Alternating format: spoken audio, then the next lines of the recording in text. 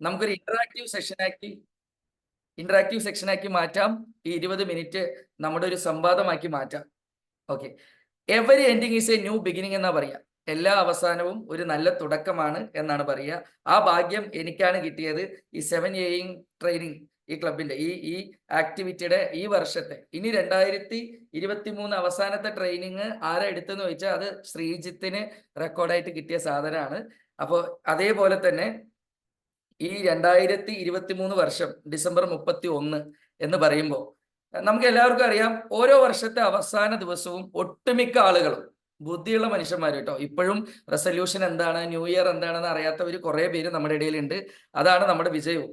Okay, അപ്പൊ എന്റെ ചോദ്യം ഇത്രയേ ഉള്ളൂ. നമ്മൾ ഓരോ വർഷവും അവസാനത്തെ ദിവസം, അതായത് എ ഡേ ലൈക്ക് ടുഡേ, സാധാരണ നമ്മൾ എന്താ ചെയ്യാറ്? ഒന്നുകിൽ മെസ്സേജ് ചെയ്യാം, അല്ലെങ്കിൽ ജസ്റ്റ് നാളേക്ക് വേണ്ടി പ്ലാൻ ചെയ്യും. നാളേക്ക് വേണ്ടി പ്ലാൻ ചെയ്യും. ചന്ദ്രിക മാം പറഞ്ഞു, വെരി ഗുഡ്. നാളേക്ക് വേണ്ടി പ്ലാൻ ചെയ്യും എന്ന് പറയുന്നത് റെസൊല്യൂഷൻ ആണ്. റെസൊല്യൂഷൻ ആണ്, അതിനെയാണ് നമ്മൾ റെസൊല്യൂഷൻ എന്ന് പറയും. അപ്പോ ഒട്ടുമിക്ക വർഷങ്ങളും അവസാനിക്കുമ്പോൾ ഈ ലാസ്റ്റ് ദിവസം അല്ലെങ്കിൽ ലാസ്റ്റ് ആഴ്ച, അവസാനത്തെ ആഴ്ച, നമ്മളെല്ലാവരും ഒരു റെസൊല്യൂഷൻ, ഒന്നല്ല ഒരുപാട് റെസൊല്യൂഷൻസ് എടുക്കാറുണ്ട്. ഫോർ എക്സാമ്പിൾ, നാളെ തൊട്ട് ജിമ്മിന് പോകണം, നാളെ തൊട്ട് നടക്കാൻ പോകണം, നാളെ തൊട്ട് പുതിയ പുതിയ സാധനങ്ങൾ പഠിക്കണം, എൻ്റെ ബിസിനസ്സിൽ എനിക്ക് വളരണം. ഏതൊരു നല്ല കാര്യത്തിനും വേണ്ടിയിട്ട് രജനീഷ് ഭായ് ഒന്ന് സ്ക്രീൻ ഒന്ന് കോഹോസ്റ്റ് ആക്കിക്കോളൂ. ചിലപ്പോ സ്ക്രീൻ ഷെയർ ചെയ്യേണ്ടി വരും, അത് ഉറപ്പില്ല. ഞാൻ എന്തായാലും ഒന്ന് കോഹോസ്റ്റ് ആക്കി നിർത്തിക്കോളൂ രജനീഷ്. അതെന്താ അറിയോ, ഞാൻ നോക്കട്ടെ. എനിക്ക് ഇന്ന് ഹിഷാംജി കേറിയിട്ടില്ല. സാരില്ല, നോ ഇഷ്യൂ.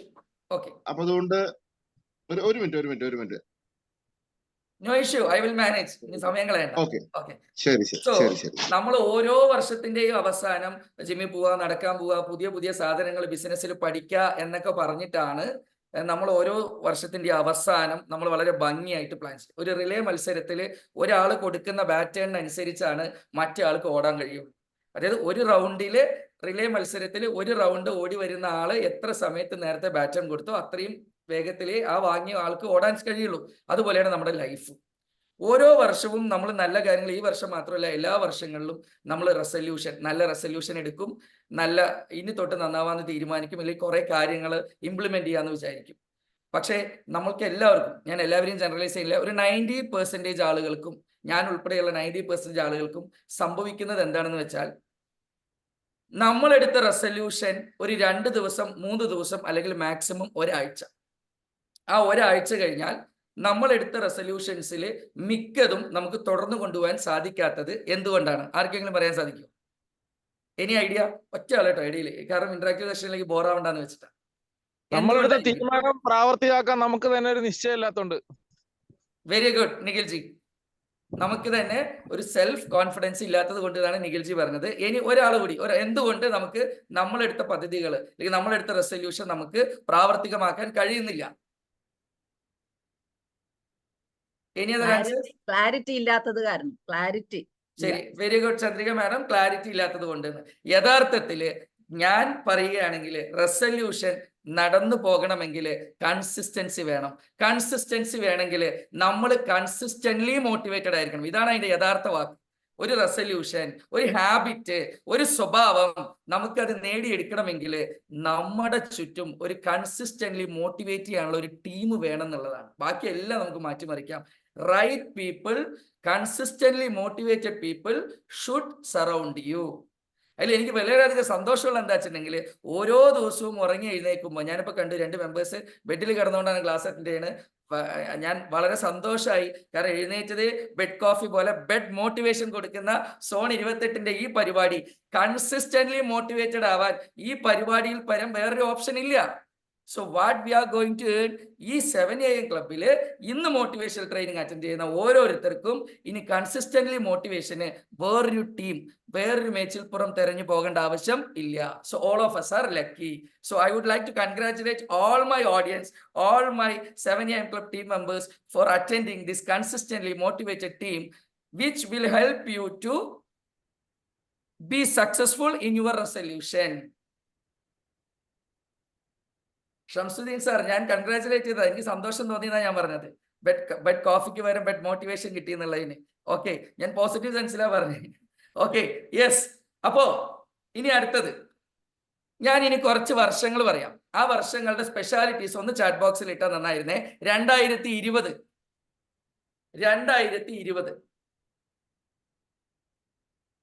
നമുക്ക് എപ്പോഴും ചരിത്രം പഠിക്കാതെ ഭാവി പഠിക്കാൻ പറ്റില്ല. 2020 കുറിച്ച് ആലോചിക്കുമ്പോൾ എന്താണ് നമുക്ക് മനസ്സിൽ വരുന്നത്? Negate Covid. Very good. അപ്പൊ 2020 നമ്മളെ കോവിഡ് ഹിറ്റ് ചെയ്ത വർഷമാണ്. നമ്മളെല്ലാം പാനിക് ആയിട്ടുന്ന വർഷമാണ്.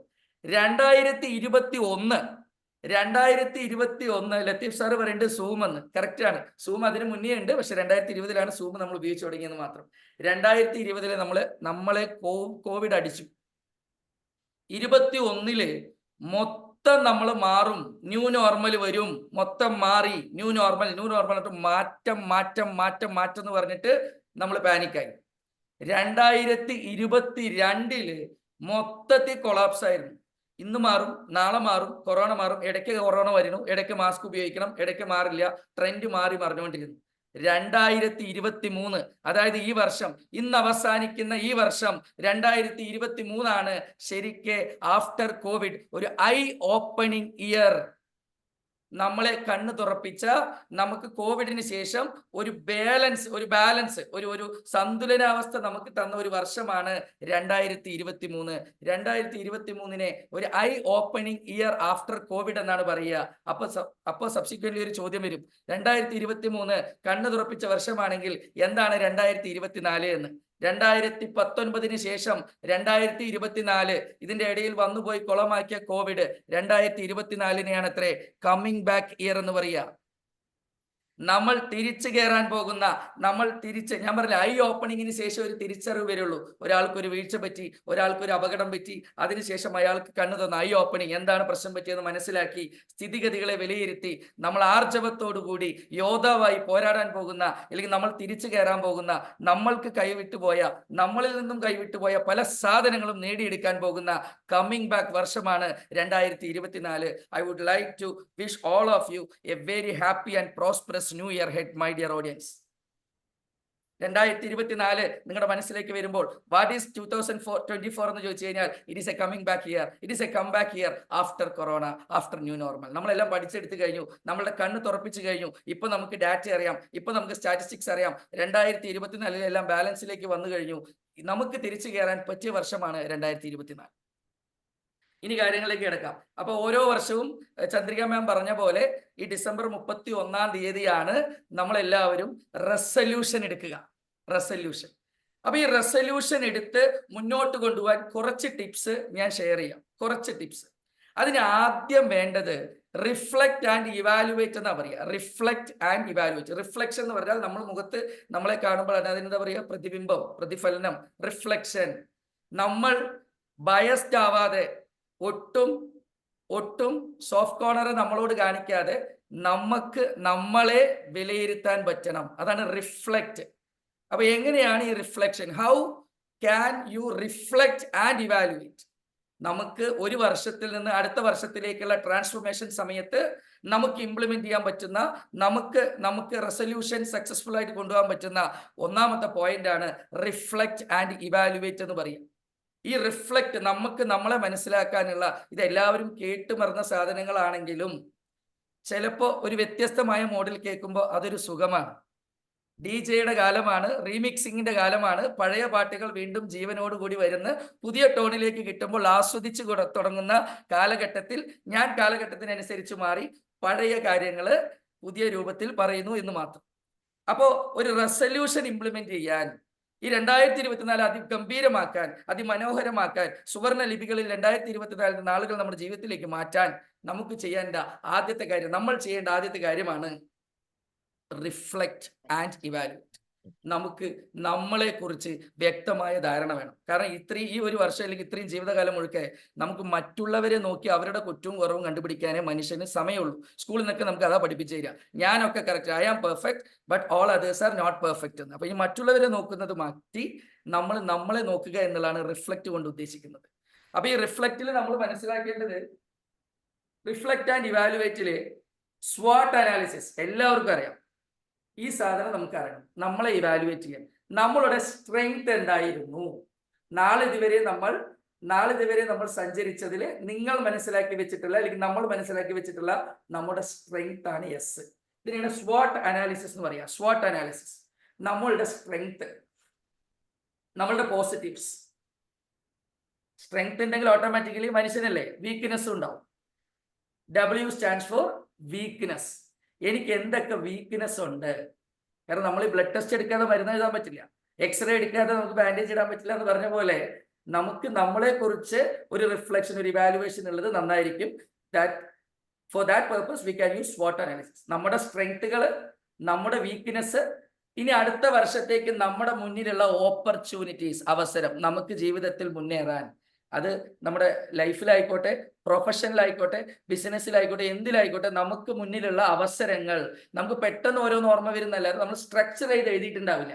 എന്തൊക്കെ ഓപ്പർച്യൂണിറ്റീസ് നമുക്ക് മുന്നിൽ കിടക്കുന്നുണ്ട്, അതിന് നമുക്ക് എന്തൊക്കെ ചെയ്യാൻ നമ്മളെ ഒരു ഐ ഓപ്പണിംഗ് സാധനമാണ് ഓപ്പർച്യൂണിറ്റീസ്. നമുക്ക് മുന്നിലുള്ള ഭാവിയിലേക്കുള്ള നമുക്ക് മുന്നിലുള്ള നമ്മുടെ അവസരങ്ങൾ. ആ അവസരങ്ങളെ നമ്മുടെ ബിസിനസ് ആക്കി മാറ്റാൻ അല്ലെങ്കിൽ നമുക്ക് ഫേവർ ആക്കി മാറ്റാൻ എന്തൊക്കെ ത്രെറ്റ് ഉണ്ട്, ത്രെറ്റ്, എന്തൊക്കെ ഭീഷണികളുണ്ട്, എന്തൊക്കെ തടസ്സങ്ങളുണ്ട്, ബ്ലോക്കുകളുണ്ട്. ഇതാണ് SWOT അനാലിസിസ്.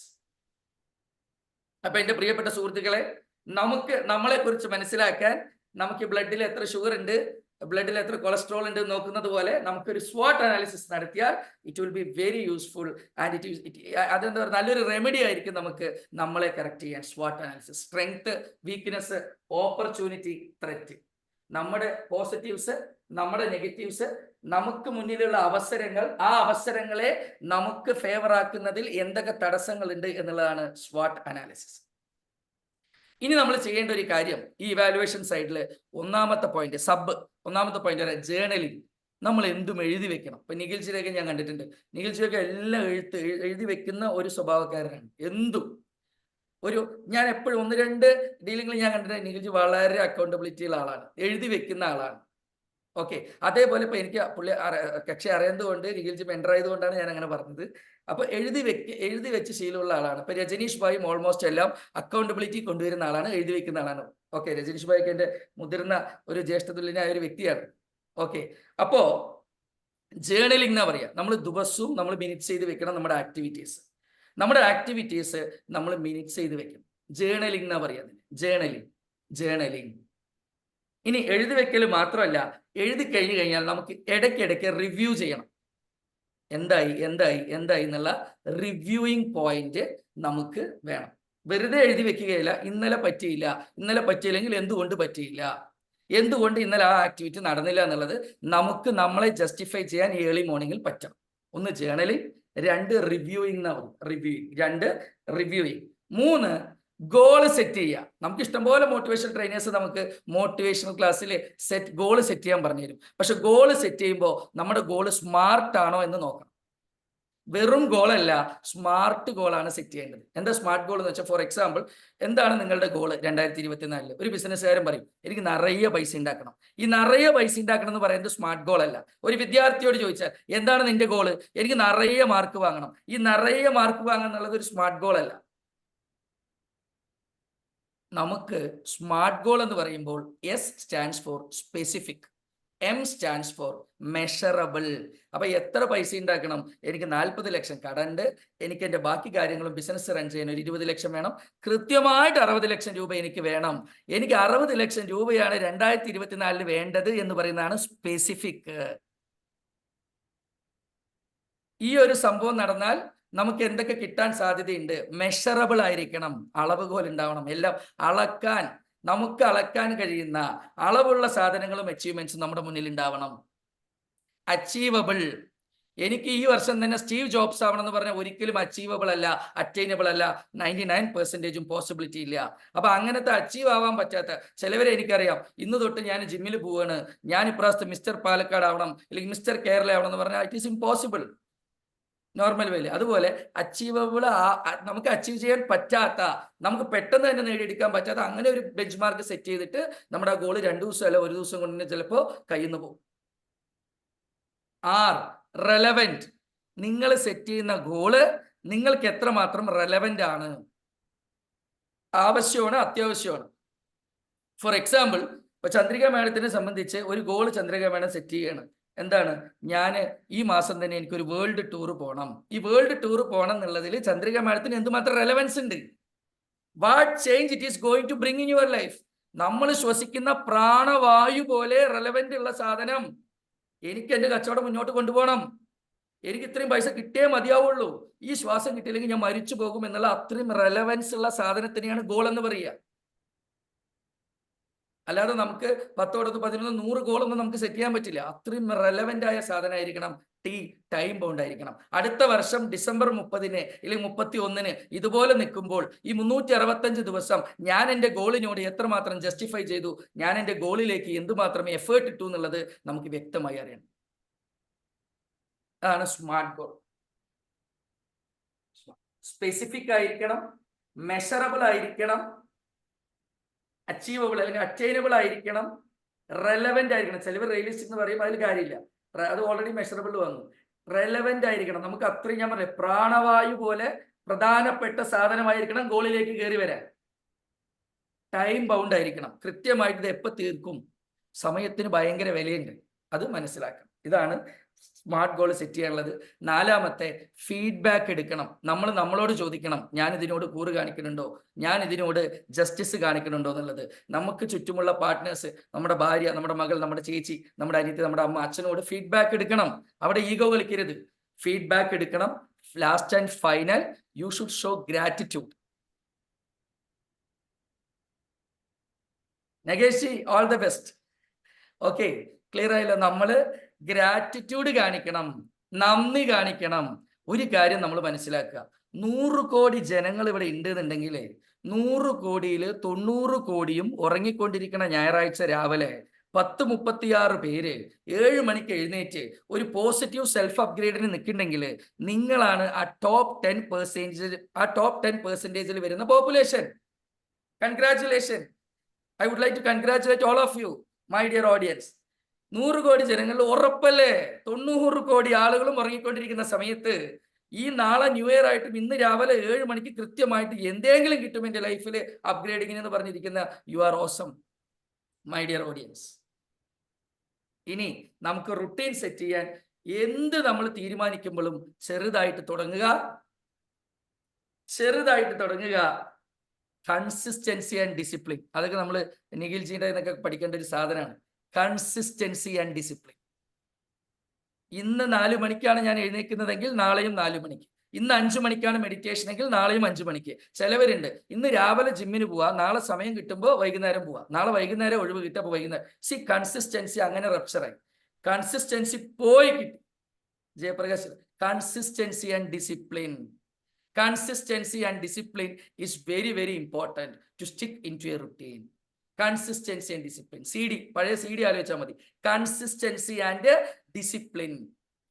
കൺസിസ്റ്റന്റ് ആയിരിക്കണം. ഒരേ സമയത്ത് ഒരേ ആർജവത്തോടു കൂടി നമ്മൾ മുന്നോട്ട് പോകണം. അതേ നമുക്ക് ഡിസിപ്ലിൻ കൊണ്ടുവരുള്ളൂ. അങ്ങനെയുള്ളവരെ സക്സസ്ഫുൾ ആയിട്ടുള്ളൂ, ചരിത്രമുള്ളൂ. നമുക്കൊരു അക്കൗണ്ടബിലിറ്റി പാർട്ട്ണർ വേണം. ഞാൻ എപ്പോഴേ പറഞ്ഞ പോലെ നമ്മുടെ ഭാര്യയോ നമ്മുടെ മക്കളോ നമ്മുടെ അമ്മയോ അച്ഛനോ ആരെങ്കിലും അനിയനോ ഏട്ടനോ നമുക്ക് നീ ഇപ്പൊ കൊള്ളാട്ടോ, ഇത്തിരി മാറിയിട്ട് കേട്ടോ, നീ ഇത്തിരി വെയിറ്റ് കുറഞ്ഞിട്ട് കേട്ടോ, നിന്റെ വൊക്കാബുലറി മാറിയിട്ട് കേട്ടോ, നീ ഒത്തിരി കൂടി നിന്റെ സംസാരം, നിന്റെ വർത്തമാന രീതി മാറിയിട്ടുണ്ട് കേട്ടോ, നിനക്ക് ഇപ്പൊ ഇടുന്ന ഡ്രസ്സുകളൊക്കെ നിനക്ക് ചേരുന്നുണ്ട് കേട്ടോ. ഇങ്ങനെ തരുമ്പോ നമുക്കൊരു self reward system automatically dopamine വർക്കാവും. ആ ഒരു സിസ്റ്റത്തേക്ക് നമ്മൾ പോകണം. ഓക്കെ, ഇനി ഇതെല്ലാം ചെയ്യുമ്പോഴും ഞാൻ പറഞ്ഞതുപോലെ റിഫ്ലക്റ്റ് ആൻഡ് ഇവാലുവേഷൻ കഴിഞ്ഞു. നമ്മളൊരു ഹാബിറ്റിലേക്ക് സ്റ്റിക്കിൻ ചെയ്യാൻ എന്തൊക്കെ ചെയ്യണമെന്ന് പറഞ്ഞു കഴിഞ്ഞു. ഇതെല്ലാം ചെയ്യുമ്പോഴും നമ്മുടെ ജീവിതത്തിന്റെ മുന്നിൽ കുറെ തടസ്സങ്ങൾ വരും. സേസോർനോ, ഇതെല്ലാം ശ്രീജിത്ത് പറഞ്ഞ പോലെ പ്ലാൻ ചെയ്തു പോയാലും ശ്രീജിത്തിന് ഇതൊക്കെ പറയാം, ഞങ്ങൾക്ക് ഇതൊക്കെ മുന്നോട്ട് കൊണ്ടുപോകാൻ ഇടയിൽ എന്തെങ്കിലുമൊക്കെ തടസ്സങ്ങൾ വരും. അൺഎക്സ്പെക്റ്റഡ് ആയിട്ടുള്ള കുറെ ബ്ലോക്സ് വരാറുണ്ട്. അല്ലെ, ജയന്ത് മേഡൊക്കെ ഉണ്ട്. ജയന്ത് മേഡൊക്കെ അടിപൊളി ട്രെയിനേഴ്സ് ആണ് അല്ലേ? അവരുടെയൊക്കെ മുന്നിലാണ് ഞാനിപ്പോ ഇന്ന് അവതരിപ്പിക്കുന്ന ഈ സംഭവം. ഓക്കെ, അപ്പോ നമുക്ക് എന്തെങ്കിലും ബ്ലോക്ക് വരാൻ സാധ്യതയില്ലേ?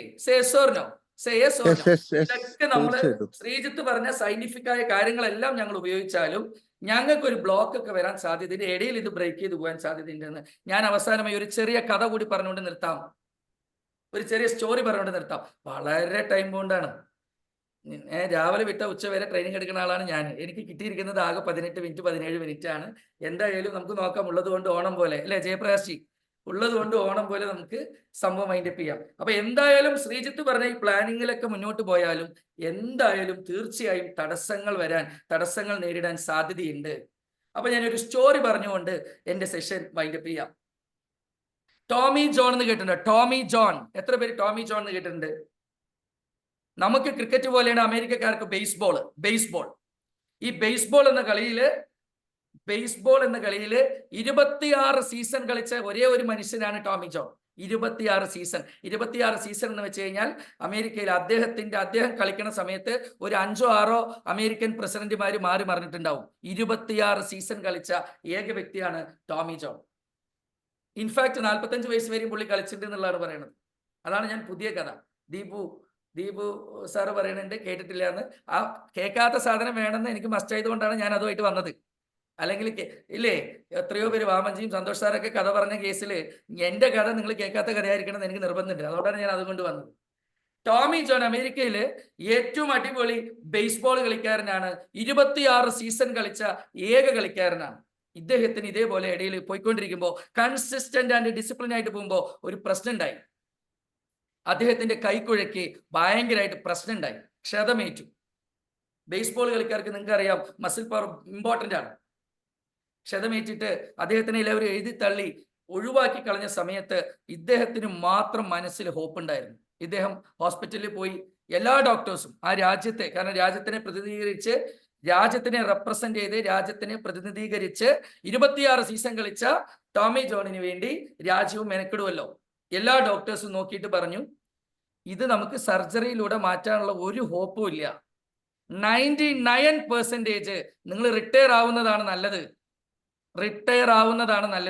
99%ഉം ഇനി ഈ കൈകൊണ്ട് ഉപകാരമില്ല എന്ന് വിധി എഴുതി. അപ്പോ ടോമി ജോൺ ചിരിച്ചുകൊണ്ട് പറയുന്നുണ്ട്, 99% അല്ലേ നെഗറ്റീവ് ചാൻസ് ഉള്ളൂ, 1% പോസിറ്റീവ് ചാൻസ് ഉണ്ടല്ലോ. അപ്പൊ എനിക്ക് റിസ്ക് എടുക്കാൻ വയ്യ. അതായത് ഇയാൾക്ക് ഈ സർജറി നടത്തിയില്ലെങ്കിൽ ഒരു പ്രശ്നവും വരില്ല ജീവിതത്തിൽ, മറ്റു കാര്യങ്ങളെല്ലാം നമ്മളെ പോലെ ചെയ്യാം, ബേസ്ബോൾ കളിക്കാൻ പറ്റില്ല എന്നേ ഉള്ളൂ. എന്നിരുന്നാൽ കൂടി അദ്ദേഹം കംഫർട്ട് സോണിലേക്ക് മാറാതെ 1% സാധ്യതയുണ്ട് എന്ന് വിധി എഴുതിയ ഡോക്ടർമാരുടെ മുന്നിൽ എന്നെ പരീക്ഷണ വസ്തുവായിട്ട്, എന്നെ സ്പെസിമെൻ ബോഡി ആയിട്ട് എടുത്തോ, നിങ്ങൾ ആ പറഞ്ഞ സർജറി നടത്തിയിട്ട് എന്നെ തിരിച്ചു കൊണ്ടുപോവാ എന്ന് പറഞ്ഞ് ആ ബേസ്ബോളിനോടുള്ള കമ്മിറ്റ്മെന്റ്, രാജ്യത്തിനോടുള്ള കമ്മിറ്റ്മെന്റിന്റെ ഭാഗമായിട്ട് അദ്ദേഹം സർജറി അണ്ടർഗോ ചെയ്തെന്ന് മാത്രമല്ല, ആ സർജറി വളരെയധികം സക്സസ്ഫുൾ ആയി എന്നുള്ളതാണ്. ആ സർജറി സക്സസ്ഫുൾ ആയി. ആ സർജറിക്ക് ശേഷം 10 കൊല്ലത്തോളം അദ്ദേഹം വീണ്ടും കളിച്ചു എന്നുള്ളതാണ്. After that surgery he played for the next 10 years also.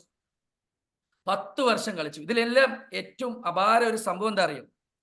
ആ സർജറിയുടെ പേര് ഇപ്പൊ ലോകം മുഴുവൻ നിങ്ങൾക്ക് ഗൂഗിളിൽ അടിച്ചാൽ അറിയാം. ടോമി ജോൺ സർജറി എന്നാണ്. സർജറിക്ക് തന്നെ പേര് മാറിയത്.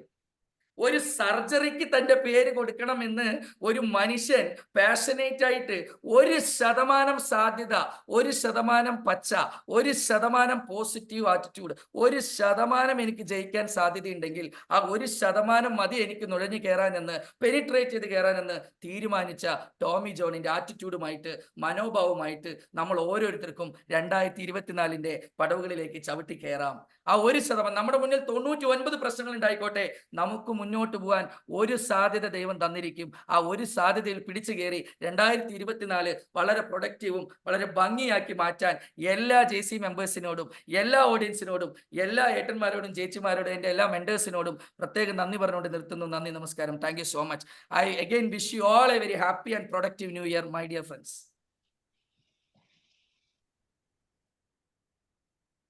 2023 പ്രധാനപ്പെട്ട ദിവസത്തിലെ ഏറ്റവും പ്രധാനപ്പെട്ട അവസാനത്തെ ദിവസം കൂടെ ആയിട്ടുള്ള ഇന്നത്തെ തീപ്പൊരി സെഷന് ശേഷം ഇതിൽ ആർക്കെങ്കിലും എന്തെങ്കിലും ഫീഡ്ബാക്കുകൾ പറയാനുണ്ടെങ്കിൽ തീർച്ചയായിട്ടും ഇപ്പോൾ പറയാവുന്നതാണ്.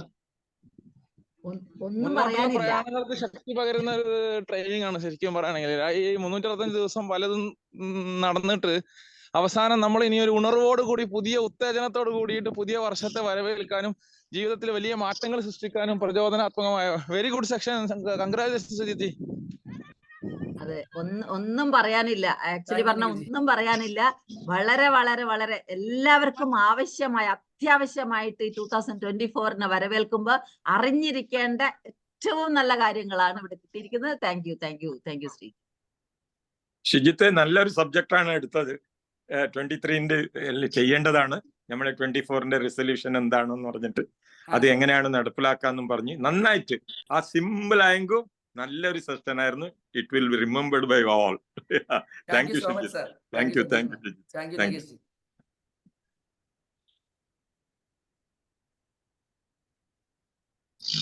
മറ്റാർക്കെങ്കിലും എന്തെങ്കിലും ഫീഡ്ബാക്കുകൾ? Thank you, Rajesh ji. Okay. Thank you, Saritha ma'am. Thank you, Dibu sir. Thank you, Soumya മാം.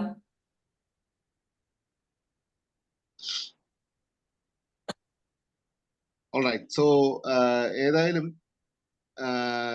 2023 അവസാനിക്കുമ്പോ 2024 നമ്മൾ ചുവട് വെക്കുമ്പോ ഏറ്റവും പ്രചോദനമായിട്ടുള്ള വാക്കുകൾ നമുക്ക് സമ്മാനിച്ച ആളാണ് ഇപ്പോ ശ്രീജിത്ത് ഭായ്.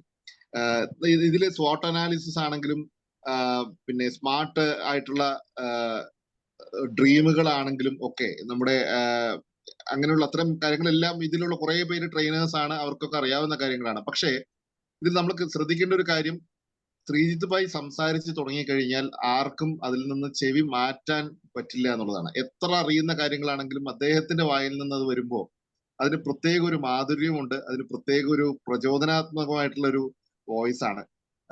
അപ്പൊ അതുകൊണ്ട് തന്നെയാണ് ഒരുപക്ഷെ അദ്ദേഹത്തിന് ഒരുപാട് സ്റ്റുഡൻസ് അദ്ദേഹത്തിന്റെ ക്ലാസ്സിന് വേണ്ടി മാത്രം KVSൽ ജോയിൻ ചെയ്യുന്ന ആളുകളുണ്ട്. അപ്പോ അതുകൊണ്ട് തന്നെയാണ് അതാണ് ഇതിന്റെ ഒരു റീസൺ എന്ന് ഇതിൽ നിന്ന് തന്നെ നമുക്ക് മനസ്സിലാക്കാം. ഏതായാലും ഇതിൽ ഒഫീഷ്യലി വോട്ട് ഓഫ് താങ്ക്സ് പറയുവാനായിട്ട് ഇന്ന് നാറ്റ്കോൺ ഉള്ളത് കൊണ്ടും നാറ്റ്കോൺ നടക്കുന്നത് കൊണ്ടും ഒരു ഭാഗത്ത് കുറെ പേര് ടൂർ പോയിരിക്കുന്നത് കൊണ്ടും ഈ വർഷാവസാനത്തിന്റെ ഒരു അടിച്ചുപൊളിക്കൽ ഉണ്ടല്ലോ. അപ്പോ അതിന്റെ എല്ലാം കൊണ്ടും അതുകൊണ്ടാണ് ഒരുപക്ഷെ നമുക്ക് ഇന്നത്തെ സ്ട്രെങ്ത്തും കുറച്ചൊന്ന് കുറവാണ്. താരതമ്യേന നോക്കിക്കഴിഞ്ഞാൽ കുറച്ചൊന്ന് കുറവായതും അതുകൊണ്ട് ഇതൊക്കെ തന്നെയാണ്. അപ്പൊ അതുകൊണ്ട് സത്യം പറഞ്ഞു കഴിഞ്ഞാൽ അത് ഞാനൊരു പ്രിവിലേജ് ആയിട്ട് ഞാൻ എടുക്കുകയാണ്. ഈ വോട്ട് ഓഫ് താങ്ക്സ് പറയുക എന്നുള്ളൊരു പ്രിവിലേജ് ഞാൻ തന്നെ ഏറ്റെടുക്കുകയാണ്. അപ്പൊ ഇന്ന് ആദ്യമായിട്ട് എനിക്ക് ഏറ്റവും വലിയൊരു നന്ദി പറയാനുള്ളത് നമ്മുടെ ഈ 2023 പ്രോജ്വലമാക്കി തന്ന നമ്മുടെ ശ്രീജിത്ത് ഭായ്, പുതുവത്സരത്തിലെ വരവേൽക്കുന്ന ഈ നിമിഷം ഏറ്റവും മനോഹരമാക്കി തന്ന ശ്രീജിത്ത് ഭായ്ക്ക് വളരെയധികം നന്ദി രേഖപ്പെടുത്തുന്നു. അതേപോലെ ഇന്ന് സ്വാഗതം ചെയ്ത ചന്ദ്രിക മാഡത്തിന് നന്ദി. ഇന്ന് പങ്കെടുത്തിട്ടില്ല എന്നുണ്ടെങ്കിലും നമ്മുടെ zone president, one and only lady zone president of Kerala, ഇപ്പോ നാറ്റ്കോണിന് പോയി അവിടെ പോയി സ്ഥാനമേറ്റ സോൺ പ്രസിഡന്റ് KS ചിത്ര മാഡത്തിന് പ്രത്യേകം നന്ദി. ഈ ഒരു ഇനീഷ്യേറ്റീവ് തുടങ്ങി 31ാമത്തെ ദിവസം നമ്മൾ വളരെ സക്സസ്ഫുൾ ആയിട്ട് നിൽക്കുന്നു. അതിന്റെ ഏറ്റവും നെടുന്തൂൺ എന്ന് പറയുന്നത് നമ്മുടെ zone director training doctor Hisham ഹൈദരാണ്. അദ്ദേഹത്തിനും പ്രത്യേകം നന്ദി രേഖപ്പെടുത്തുന്നു. പിന്നെ ഈ സെഷനില് എല്ലാ തിരക്കുകളും മാറ്റിവെച്ച് 31-ലെ പല ഇതും മാറ്റിവെച്ച് നമ്മുടെ ഈ സെഷന് വേണ്ടിയിട്ട് കയറിയിട്ടുള്ള എല്ലാ ഓഡിയൻസിനും, നമുക്ക് സപ്പോർട്ട് തന്നുകൊണ്ടിരിക്കുന്ന എല്ലാ ഓഡിയൻസിനും എല്ലാവർക്കും നന്ദി രേഖപ്പെടുത്തിക്കൊണ്ട് 2024 ഏറ്റവും നല്ലൊരു വർഷമായി മാറട്ടെ എല്ലാവർക്കും. ശ്രീജിത്ത് ഭായ് പറഞ്ഞ പോലെ നമ്മുടെ പാൻഡമിക് എല്ലാം കഴിഞ്ഞ് ഏറ്റവും നമ്മുടെ അടുത്ത സ്റ്റെപ്പ് എടുക്കാൻ പറ്റുന്ന ഒരു വർഷമായി മാറട്ടെ എന്ന് കൂടി എല്ലാവർക്കും ഹൃദയത്തിൽ നിന്ന് ആശംസിച്ചുകൊണ്ട് enjoy the joys JCI. Thank you so much. The meeting in connection with the 7 AM morning drive initiated by training team of Zone 28 is hereby adjourned. Thank you so much.